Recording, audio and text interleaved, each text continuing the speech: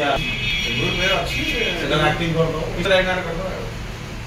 रुपए ना कर दो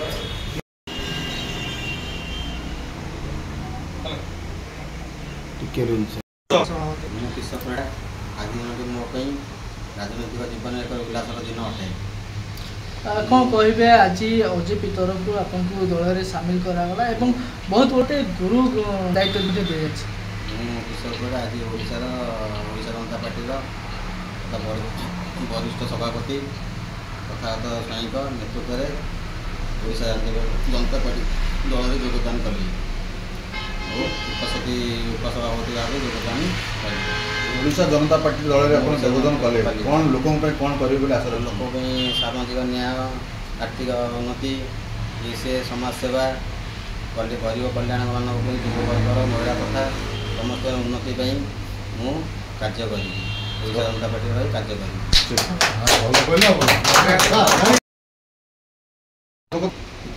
मु तथागत स्वाई राज्य सभापति ओडिशा जनता पार्टी आज आमर उत्तर जोन कार्यालय आम उद्घाटन कलु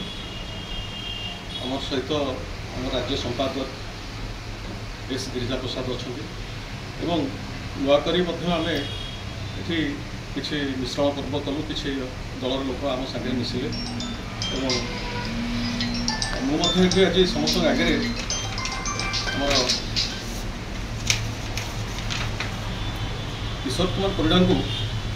खोर्धा जिलार उपसभापति भाव नियुक्त कली नियुक्ति पत्र आप सामने प्रदान कर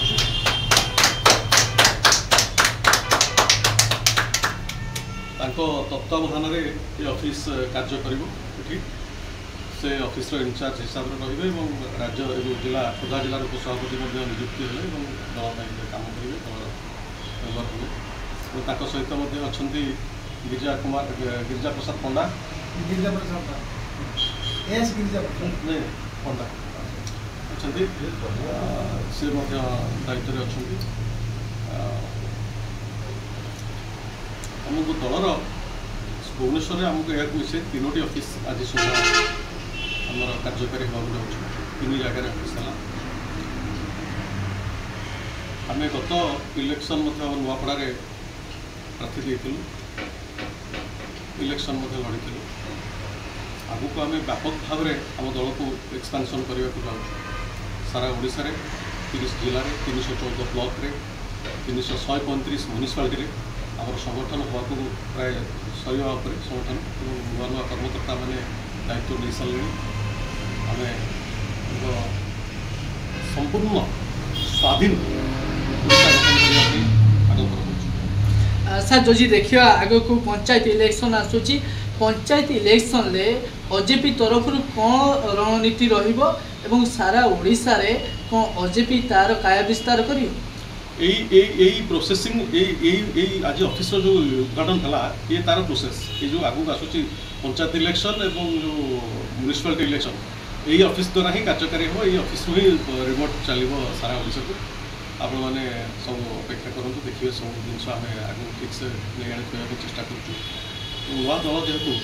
आमको टे भावी चिंती काम करने पड़े बहुत बड़ बड़ दल थी विजु जनता दल भाया दल तर कर्म जड़े कैंडिडेट को जब अलग दल नहीं जापर इलेक्शन 10 दिन थी तो आमको भी टे भावी चिंती मापी चुपी चलने पड़े ओडिशा तीनोटी प्रमुख दल बीजेपी कांग्रेस बीजेपी ओडिशा जनता पार्टी केते प्रभाव पकड़ देखो कांग्रेस सरकार आप कम आप देखी सारी विजु जनता दल कम 24 वर्ष देखी सारी जड़े ओडिशा ओडिया कहू ना लोक और ओडिशा भाषा संस्कृति सहित जड़ित ना लोक ओडिशा को शासन कर चलीगले आप शासन देखते आसुँच बीजेपी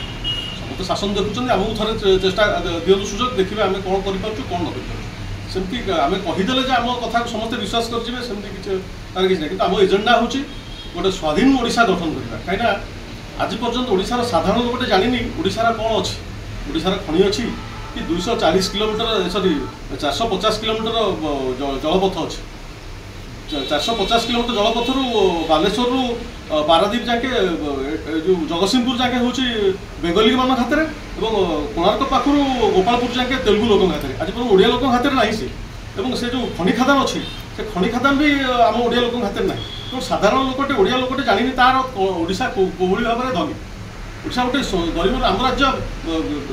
ଆମେ ଜାଣିନୁ ଯେ ଆମର ଖଣି ଖାଦାନ ଅଛି ଏବଂ ଜଳପଥ ଅଛି ଏବଂ ଏତେ ସୁନ୍ଦର ଆମର ବ୍ୟବସ୍ଥା ଅଛି ସାଧାରଣ ଲୋକର ସେଥିରୁ କିଛି ଯାଏ ଆସେ ତେଣୁ ଓଡ଼ିଶାକୁ ଗୋଟେ ସ୍ୱାଧୀନ ରାଜ୍ୟ ଗଠନ କରି ଓଡ଼ିଶା ହେଉଛି ଭାରତର ପ୍ରଥମ ସ୍ୱାଧୀନ ରାଜ୍ୟ 1936 ମସିହାରେ ଓଡ଼ିଶା ପ୍ରଥମ କରି ସ୍ୱାଧୀନ ପାଇଥିଲା ଅଲଗା ଏତେ ବଡ଼ ବଡ଼ ରାଜ୍ୟ ଅଛନ୍ତି ସେମାନେ ସ୍ୱାଧୀନ ପାଇନଥିଲେ ଆମେ ହେଉଛୁ ପ୍ରଥମ ସ୍ୱାଧୀନ ରାଜ୍ୟ କିନ୍ତୁ ଆମେ ନିଜକୁ ଆଜି ପର୍ଯ୍ୟନ୍ତ ସ୍ୱାଧୀନ ଭାବିବୁ କାରଣ ଆମର ସବୁ ସମ୍ପଦକୁ ଅଲଗା ବାହାର ରାଜ୍ୟ ଲୋକମାନେ ଶୁଣୁଛନ୍ତି ତାମାନେ କ'ଣ କଂଗ୍ରେସ ଶାସନ ବିଜେପି ଶାସନ ଓଡ଼ିଶା ପରାଧୀନ ନା ମୁଁ କହୁନି ପରାଧୀନ ବୋଲି ସେମାନେ ଯଦି ସ୍ୱାଧୀନ ତାହେଲେ ମୁକ୍ତ ଯେଉଁମାନଙ୍କ ହାତରୁ ସବୁ ରହିଛି ଓଡ଼ିଶା ବାହାର ଲୋକଙ୍କ ହାତରେ ଯେଉଁ ଆମର ସମ୍ପଦ ରହିଛି ତାକୁ ମୁକ୍ତ କରି ଦେଖାଇ ଦିଅନ୍ତୁ କିନ୍ତୁ ଆମେ କଥା ଦେଉଛୁ ମୁକ୍ତ କରି ଦେଖାଇ ଦେବୁ ଆମ ଜଳପଥକୁ ମୁକ୍ତ କରିପାରିବୁ ଆମର